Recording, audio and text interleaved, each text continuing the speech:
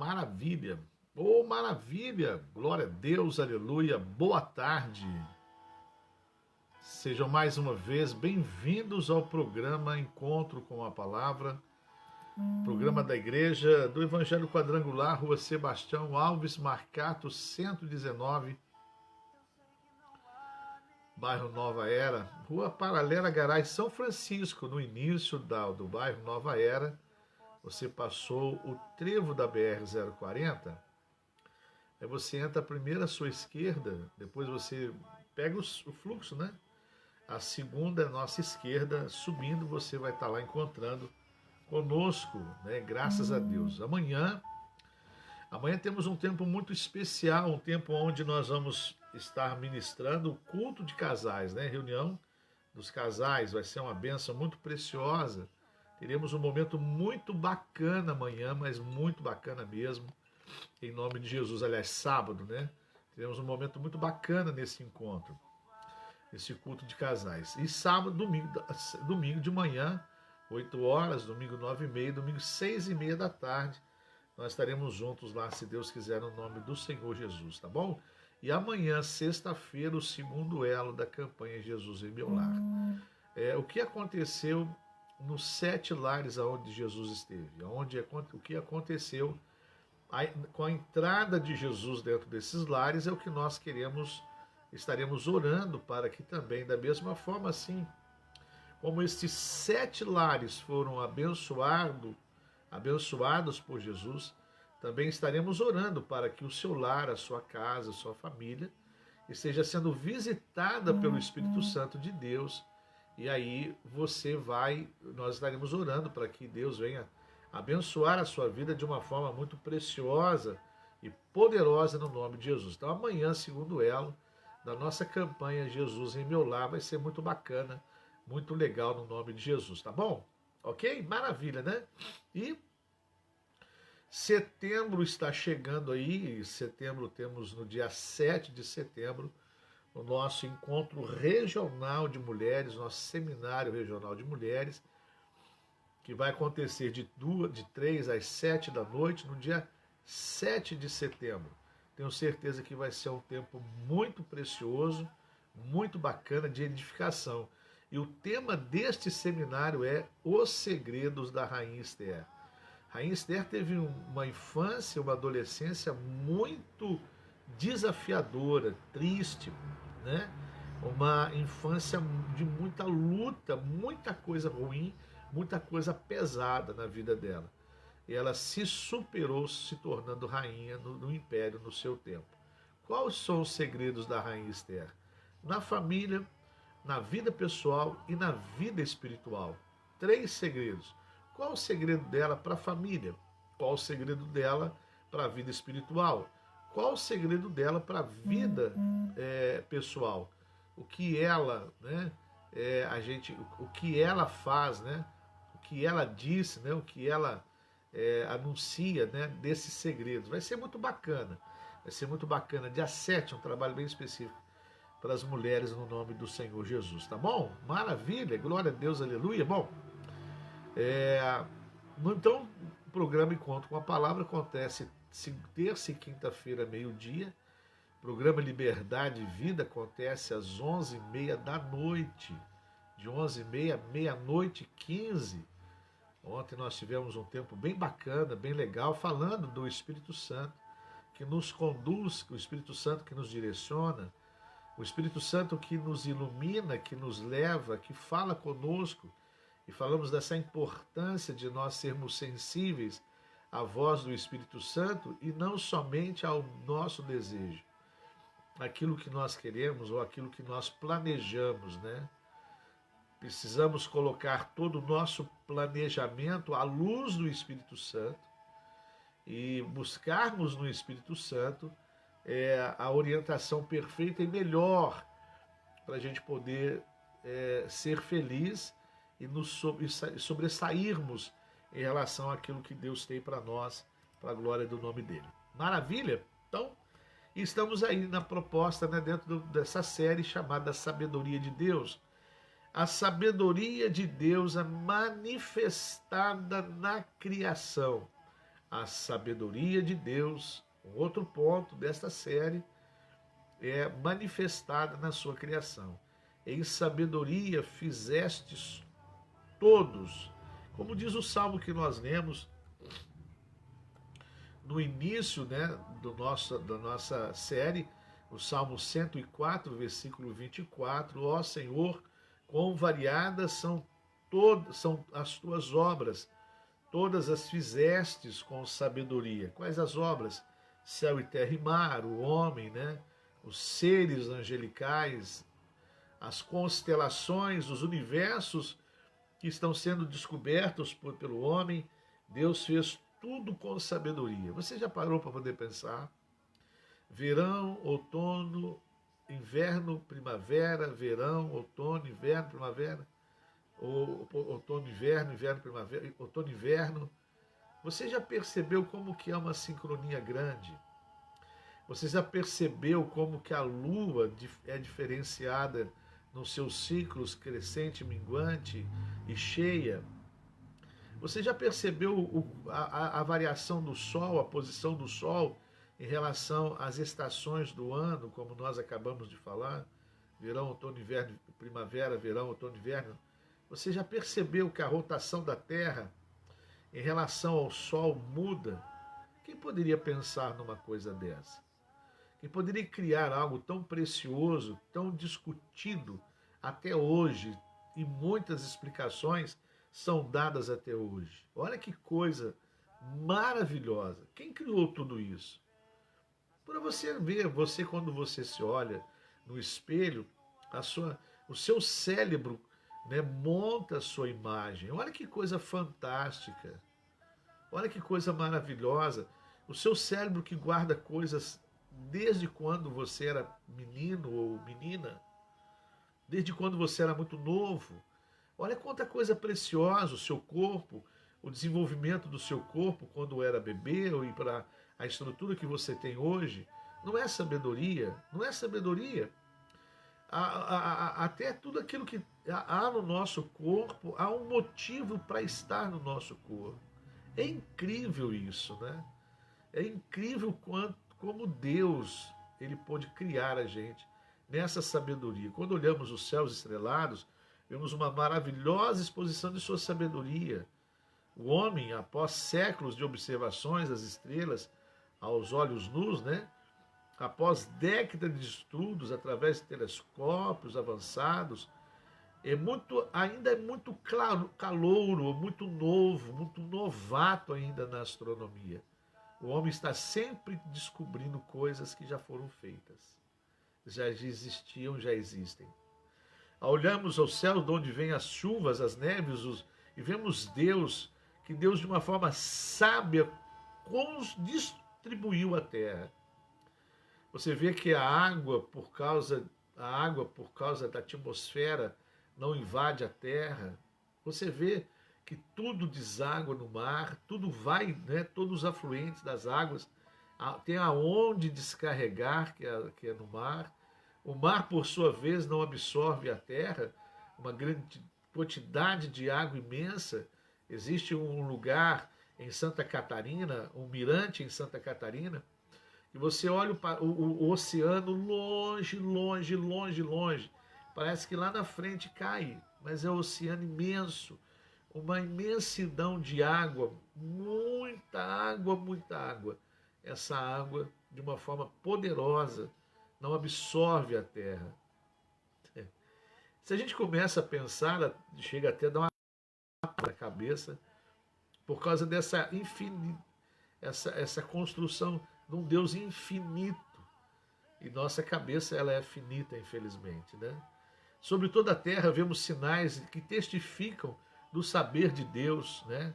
Gado sobre 1000 montes, pastos cheios de rebanhos, vales vestidos de erva e de relva para pastagem e para os homens, não para que os homens pastem, né? Mas para que seja cultivado. Olhamos as entranhas da terra, vemos o carvão de pedra, petróleo, ouro, todos distribuídos para o uso do homem. Verdadeiramente, todas as obras o louvam, o glorificam, o exaltam, nessa forma do saber, da sabedoria de Deus e aplicar todas as coisas, tudo em ordem. A sabedoria que vem da sua palavra, haja luz. Ele verbaliza, ele fala, e a luz é constituída, e ali ele faz a divisão do dia à noite, e ele vai começando a dividir tudo, a formar tudo, a criar tudo, tudo de uma forma sábia. Por isso que nós temos que ter essa confiança em Deus, porque ele não tem, ele é sabedoria em ajudar, nos ajudar, a cooperar conosco, ao nos auxiliar. Devemos colocar nossa confiança nessa sabedoria e devemos buscar essa sabedoria também. Continuando, a sua sabedoria é revelada na providência. Olha que coisa maravilhosa. O Deus provedor, o Deus que provê todas as coisas. Então a sabedoria é vista na providência. Existem, como nós falamos, existem estações que retornam: tempo de semear, tempo de ceifar, frio, calor, inverno, verão, dia e noite. Todos são evidências de um saber sobrenatural. Olha o ciclo de tudo isso, né? Dia, noite, sol, lua, verão, inverno, outono, primavera, chuva, calor. Olha, esse ciclo maravilhoso, né? Esse ciclo que a Terra e nós passamos. Este mundo não funciona por um acaso caprichoso, não, nem por um destino, nem por lei da natureza. Ele é dirigido pelo seu Criador. Ele é dirigido pelo seu Criador, Deus Criador de todas as coisas. Ele se assenta sobre o ciclo da terra e ordena que todas as coisas, e ordena que as coisas, todas as coisas, para a honra e glória do seu nome. Romanos 11:36 diz assim: pois ele, por ele, para ele são todas as coisas. A ele seja a glória para sempre. Amém. Romanos 11:36, pois ele, pois dele, por ele, para ele são todas as coisas. A ele seja a glória para sempre. Amém. Então, tudo isso que nós vemos, existe um Criador, existe algo que coordena, que comanda, que dirige, que se assenta e ordena todas as coisas. Pode se definir como a superintendência de Deus sobre a sua criação. É Deus fazendo acontecer que propôs que deveria acontecer eternamente.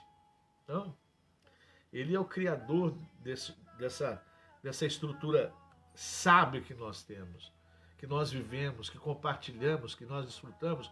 O propósito é a determinação de sua vontade. A profecia é a declaração da sua vontade.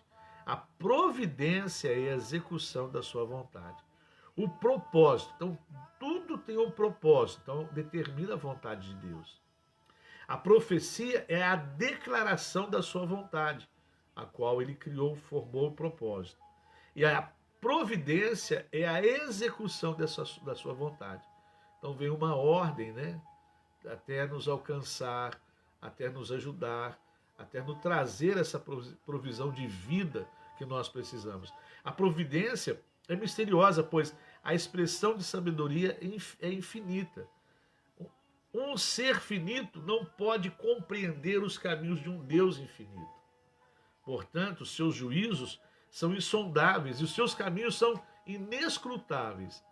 Por isso que nós, como diz o livro de Hebreus, cremos, acreditamos e entendemos tudo pela fé. Por causa dessa limitação que infelizmente ou felizmente nós temos. Romanos 11:36 diz assim: ó profundidade da riqueza, da sabedoria e do conhecimento de Deus, quão insondáveis são os seus juízos e inescrutáveis os seus caminhos. Ou seja, não conseguimos sondar, não conseguimos conhecer, né, nos aprofundar, e por mais que nós nos aprofundemos, ainda não iremos encontrar tudo aquilo que a nossa alma anseia encontrar, porque são insondáveis A riqueza da sabedoria e do conhecimento de Deus, insondáveis são os seus juízos, inescrutáveis são os seus caminhos. Por isso que nós exercemos e temos que alcançar, entender que tudo vem, tudo nós temos que entender que é ação, nós temos que como compreender, melhor assim, temos que como compreender através da fé. A fé, ela consegue absorver essas situações, isso que eu não sei, que é insondável, que é inescrutável, a minha fé, ela consegue absorver. Se nós agirmos só com a nossa mente, nós não vamos conseguir entender esses juízos, esses conhecimentos e a sabedoria de Deus. Um outro ponto importante dentro da sabedoria de Deus é a sabedoria de Deus é demonstrada em sua obra de redenção, da redenção humana. Olha que coisa fantástica. A sabedoria de Deus, ela é demonstrada na obra da redenção humana. De que forma? De que forma que essa sabedoria é demonstrada? A palavra em Efésios 1:8 diz assim: nele temos a redenção por meio do seu sangue, falando de Jesus, o perdão dos pecados de acordo com as riquezas da graça de Deus, o qual ele derramou sobre nós com toda a sabedoria e conhecimento. O qual derramou sobre nós com toda a sabedoria e crescimento. Paulo diz que a nossa redenção por Cristo, Deus abundou para nós em toda sabedoria. Estou querendo adiantar aqui, mas eu acho que eu vou adiantar. Quem poderia imaginar que Deus daria o seu Filho para trazer redenção para a humanidade? Quem poderia imaginar? Ele enviou os profetas, enviou os anjos, enviou os seus ministros para poder trazer redenção ao homem. Mas ninguém poderia imaginar que ele enviaria o seu Filho. Sabedoria de Deus, né? Ele sabia o que estava fazendo. O próprio Jesus muitas vezes diz: eu vim fazer a vontade daquele que me enviou. Não é a minha vontade, é a vontade daquele que me enviou. Porque o próprio Jesus sabia que Deus era perfeito em sabedoria para orientá-lo naquilo que deveria fazer. Quantas vezes Jesus falou: eu não faço a minha vontade, faço a vontade daquele que me enviou. A minha comida é fazer a vontade daquele que me enviou. Eu não falo eu não falo pelas minhas palavras, mas eu falo as palavras daquele que me enviou, né? Olha só que coisa fantástica. Então o próprio Jesus, ele sabia que exercitando a vontade de Deus, ele estava exercitando a sabedoria de Deus. E Jesus, no exercício da redenção, ele mostra que Deus é sábio. Quem poderia imaginar que Deus iria enviar o seu Filho para ser a salvação do mundo? Foi em sabedoria que a graça, primeiramente, idealizou um meio de salvar o homem rebelde.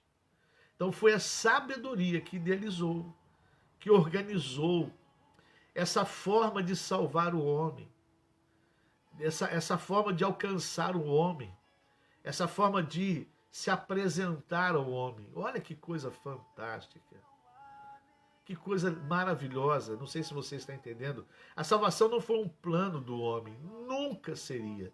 O homem não daria o seu filho. Abraão, num gesto de extrema fé e obediência, ia entregando o seu filho até que Deus interviu e colocou a providência, né? O Jeová Jiré, o Deus provedor, proveu naquela hora um cordeiro para que Abraão imolasse no lugar do seu filho. Mas o seu filho não foi dado pela humanidade. O seu filho foi chamado, Deus que pediu o filho de Abraão em sacrifício. Deus enviou Jesus, não foi para um pedido de obediência a ele, mas foi para nos salvar. Salvar o pecador, salvar aquele que estava na cruz. Um zombando e o outro temendo, um escarnecendo e o outro em juízo pedindo misericórdia. Um na cruz pedindo misericórdia, o outro zombando e a turma lá embaixo escarnecendo. Então, como é que você podia imaginar, olha, Fernando, eu quero que você sacrifique o seu filho por amor dos cachaceiros, por amor dos bandidos. Não. Eu vou dar o meu filho por amor a eles, desobedientes, ímpios, que estão distante de Deus? Não. Mas Deus fez isso. Deus realizou isso. E quando planejada, é claramente revelada por ele na sua palavra. Pareceu loucura aos homens. Pareceu loucura. Mas era o exercício da sabedoria. 1 Coríntios 2,14 diz assim: quem não tem o Espírito não aceita as coisas que vêm do Espírito de Deus, pois lhes são loucura, e não é capaz de entendê-las, porque elas são discernidas espiritualmente. Por que nós entendemos o sacrifício hoje? Por que nós compreendemos o sacrifício hoje? Por que nós compreendemos, aceitamos e vivemos esse plano de salvação? Porque o Espírito Santo está em nós, está em você, mas não está no bêbado, no cachaceiro, ou, desculpa a colocação, a forma de dizer, mas não está no ímpio, naquele que não faz a vontade de Deus. Para ele é loucura, como que Jesus... Por isso que muitas vezes o sacrifício de Jesus é olhado muito como um fato histórico apenas, porque não dá para o homem entender que um Deus deu o seu filho para poder morrer para os pecadores. Talvez seja muito complicado aceitar isso. Um filho, você está me dando o seu filho porque eu sou ruim? Você está me entregando o seu filho porque eu sou mau? Olha só que interessante. Jesus não entregou, Deus não entregou Jesus para os bonzinhos. Eu vim para aqueles que eram os meus, mas os meus me rejeitaram. E todos aqueles que me receberam, lhes dei o poder de se tornarem filhos de Deus. Eu não vim para os sãos, eu não vim para os bons, eu vim para os ruins. Eu vim para os doentes da alma que entregam a sua vida à bebida, tantas coisas ruins. Eu vim para os doentes da alma que escravizam o seu corpo, a sua vida através da bebida, das drogas, enfim, do pecado, de tantas coisas que nós estamos vendo por aí, absurdas e assustadoras. Então, a gente vê agora essa compreensão, amamos isso, zelamos por isso, porque o Espírito Santo habita em nós. Ele que revela isso para nós. Como diz 1 Coríntios 2,14, quem não tem o Espírito não aceita as coisas que vêm do Espírito de Deus, pois lhes são loucura e não é capaz de entendê-las, porque elas são discernidas, são esclarecidas, são reveladas, anunciadas, ensinadas espiritualmente. Por isso que nós precisamos, como trazendo de ontem, a direção do Espírito Santo, não apenas para poder nos orientar em relação à nossa vida, mas muito mais também fazer com que a gente entenda todo esse plano no qual nós estamos envolvidos para a redenção da nossa alma. O saber de Deus é visto. O saber de Deus é visto. Então ele não é oculto, ele é visto. Temos aqui um pecador, qualquer pecador, que quebrou a lei de Deus, rebelou-se contra o governo divino, tentou destronar o juiz de toda a terra. Que deveria ser feito com esse pecador? A justiça diz que ele deveria ser cortado e merecer morrer. A verdade diz que o homem ou ela terá que perecer, pois ela já declarou que o salário do pecado é a morte. A santidade diz que ela odeia os que praticam a iniquidade. A misericórdia, em voz suave e suplicante, apela: poupe-o. O quê? O quê? Poupar este homem que transgrediu? Poupar esse homem que feriu as leis, transgrediu as leis, destronou o juiz eterno de todas as coisas? A verdade diz que esse homem ou ela terão que perecer. O homem ou a mulher terão que perecer. Porque o salário do pecado é a morte. A santidade diz que ela odeia os que praticam a iniquidade. Então, por exemplo, eu já tenho duas coisas contra esse homem que pecou. A misericórdia em voz suave suplica e apela poupe-o. O quê? Estarão os atributos divinos em conflito? Não, não pode. Se Deus é juiz, se Deus é justo, olha como é que entra a sabedoria. Sim, se a sabedoria não tivesse vindo, trazendo com Jesus Cristo, trazendo como Jesus Cristo, dizendo, livra-o para que não desça a cova, já achei resgate, Jó 33, 24. Olha que coisa maravilhosa. A sabedoria de Deus dizendo, através de Jesus Cristo, livra-o para que não desça a cova, já achei um resgate, que foi Jesus, a manifestação da sabedoria de Deus. A verdade diz esse homem, pecador, iníquo, né, que quebrou as leis de Deus, chega para esse homem e fala assim, olha, chega para ele, terá que perecer. A santidade, que é também algo que odeia, é contra toda iniquidade e todo pecado. Então esse homem vai morrer, mas a misericórdia diz, poupe-o. Aí você, mas como é que você vai poupar alguém que tem que merecer morrer? Porque transgrediu, porque fez? Aí Jó vem com a resposta que está em Jesus Cristo. Livra-o, livra este homem. Livra este homem que quebrou a lei, fez coisas erradas. Livra-o, para que não desça a cova eterna, a morte espiritual. Já achei resgate. Qual foi o resgate? Jesus Cristo. Quando o homem estava condenado justamente, foi a sabedoria que diz, pus socorro sobre um que é poderoso. Salmo 89, 19. Quem, senão Deus, infinito em sabedoria, poderia ter descoberto um Redentor tão apropriado quanto o que temos em Jesus Cristo?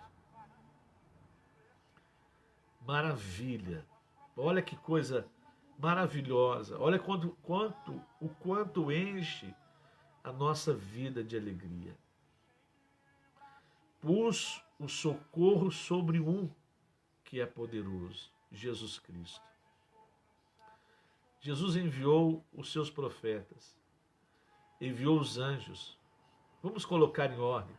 Enviou os anjos, enviou os profetas, enviou discípulos, vou voltar atrás, enviou profetas, vamos parar até aí, porque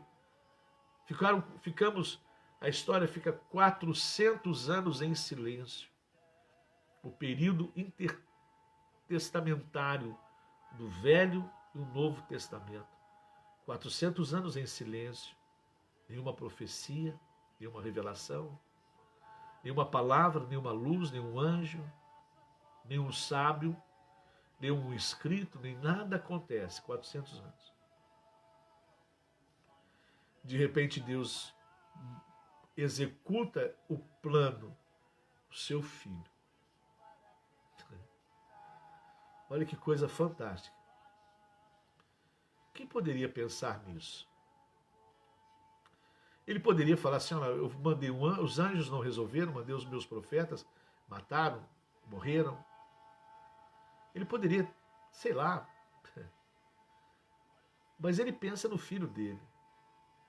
Quando o homem estava condenado justamente, foi a sabedoria que disse, Salmo 89, 19, pus o socorro sobre um que é poderoso. O nosso socorro está em Jesus, a sabedoria de Deus. Então, quando nós estamos em Jesus, nós estamos em socorro. Socorro contra todas essas coisas que estão acontecendo no mundo. Socorro em todas essas coisas que estão surgindo no mundo. Socorro em todas essas coisas que estão acontecendo diante do mundo. Doenças, misérias, fomes, guerras, mortes, pecados. Aí o nosso socorro está ali nele. Deus sábio botou o nosso socorro em Jesus, um que é poderoso. Quem senão Deus, infinita sabedoria, poderia ter descoberto um Redentor tão apropriado quanto o que temos em Jesus Cristo? Nosso Deus, Não precisamos de mais nada, nada, nada, nada. É muito patente, muito claro, muita luz.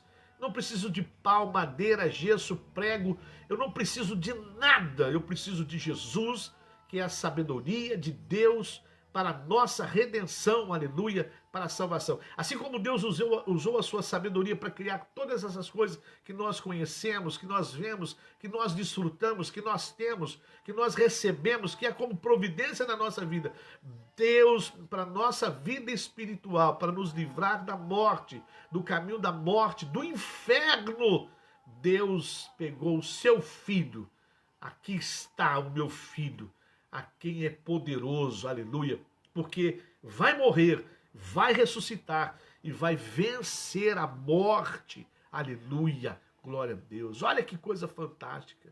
O nosso Redentor não era um homem pecaminoso, nem um anjo santo, mas o Filho de Deus, em que tudo é qualificado para nos salvar.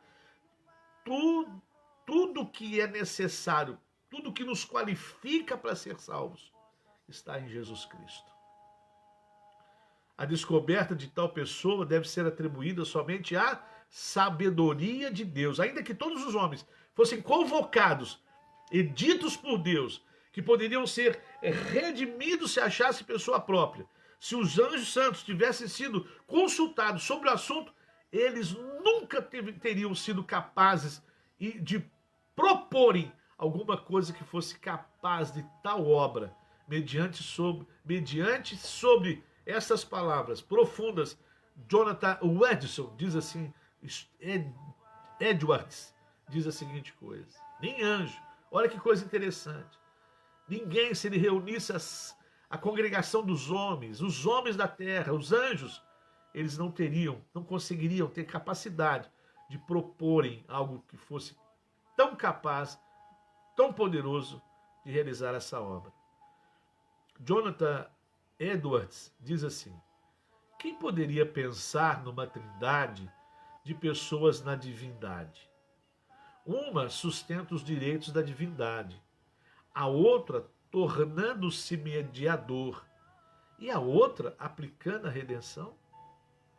Quem teria pensado de uma maneira para satisfazer a lei que ameaçava com morte eterna, sem que o pecador sofresse essa pena? E quem jamais pensaria numa pessoa divina sofrendo a ira de Deus?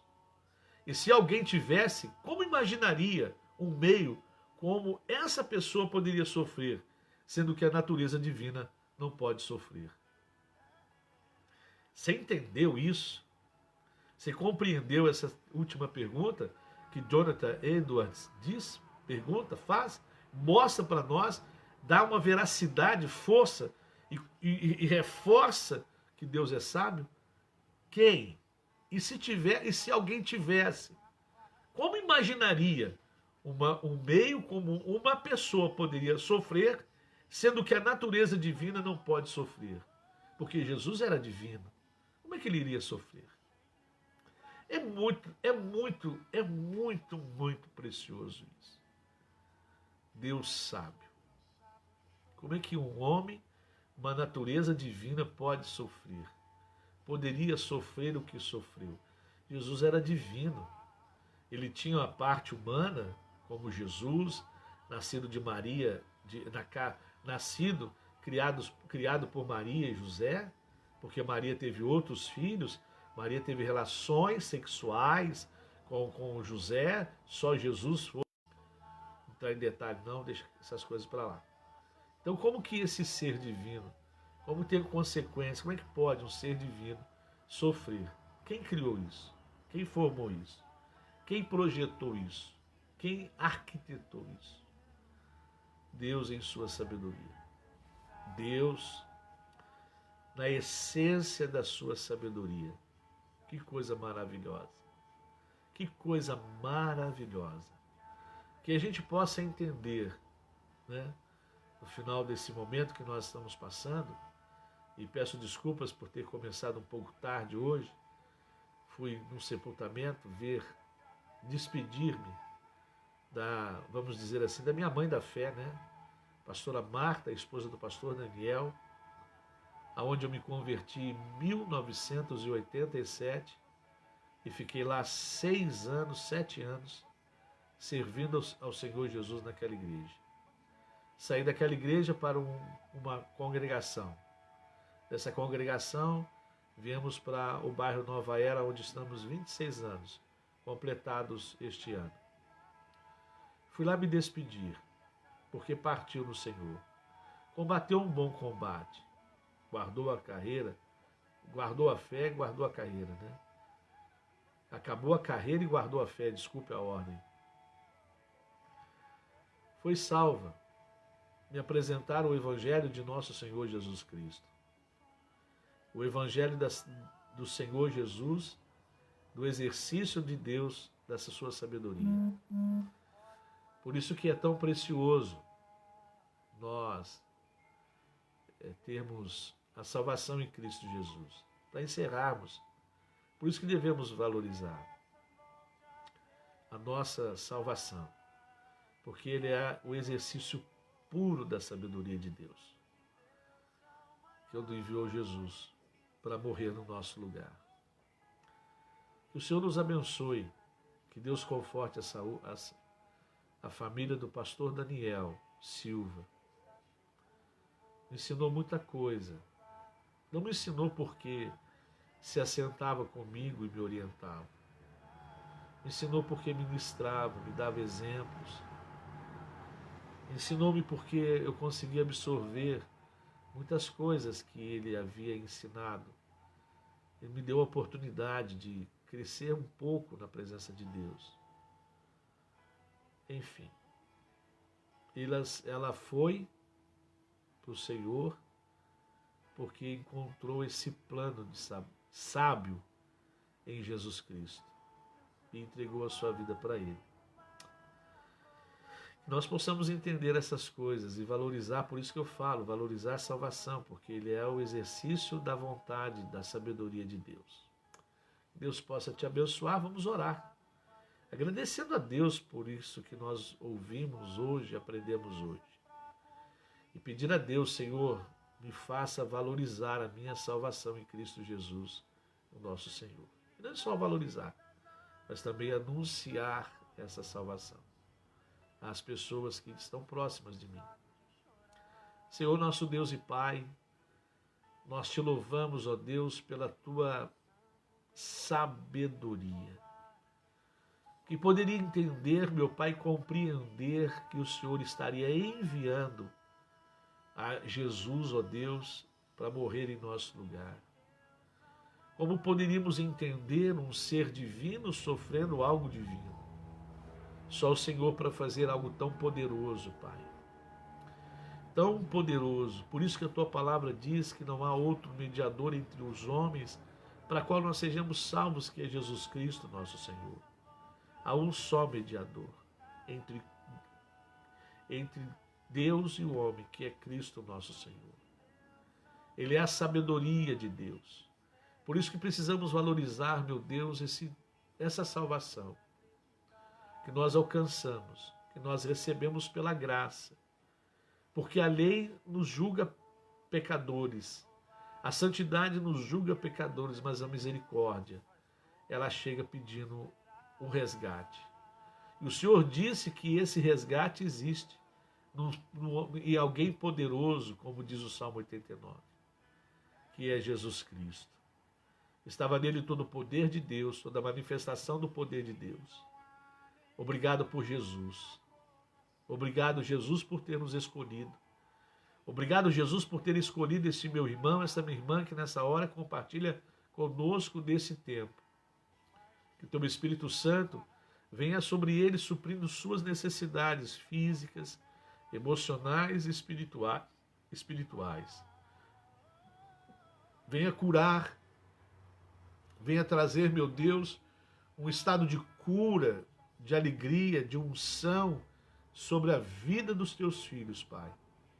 Dando capacidade, meu Pai, força e graça para superar todas as lutas, todos os problemas, todas as adversidades da vida.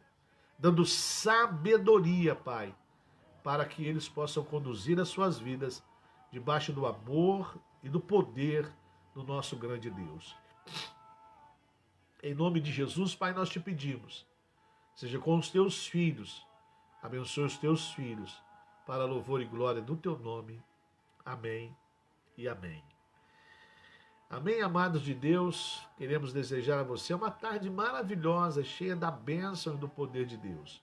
Não se esqueça que também no meio da nossa programação, todos os dias, até dia 19 de setembro, nós temos, uma oração às 6 horas da tarde.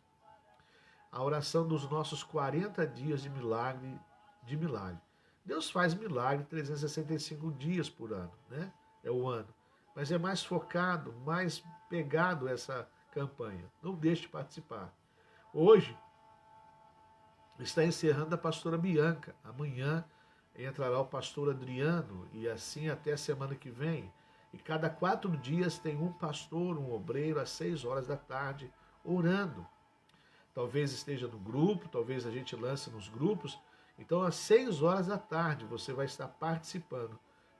Não deixe de participar, faça 4 dias, faça 8 dias, faça quantos dias você puder fazer, ou os 40 dias, mas às 6 horas da tarde, campanha 40 dias de oração. Deus te abençoe, uma boa tarde, até amanhã, se Deus quiser, até sábado, se Deus quiser, até domingo de manhã, até domingo à noite, em nome de Jesus. Um grande abraço, Deus abençoe e fique com Deus, em nome de Jesus.